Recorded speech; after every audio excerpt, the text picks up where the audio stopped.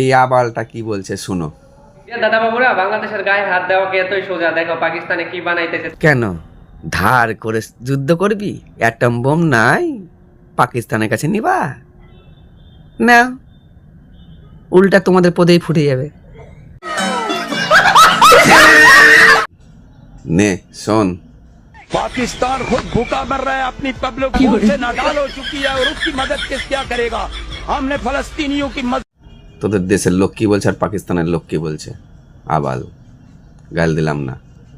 পাকিস্তান 90,000 শূন্য নিয়ে পারে নাই, আর তুমি এখানে এসে যদি আরেকবার ট্রাই করো তাইলে এখানে জাহান্নাম হয়ে যাবে। সম্ভব না। এই এই জাতি অন্যরকম, এরা সাবজুগেটেড হইতে চায় না, পোংটা জাতি। তোমাদের জন্য এগুলা সব ইন্ডিয়ার ভিতরে যায় পড়বে। যদি বাংলাদেশের গায়ে 1 ইঞ্চি টাচও করে, একটু সুদা পরিমাণ টাচ করে, সবাই মাথায় একবারে গোবর।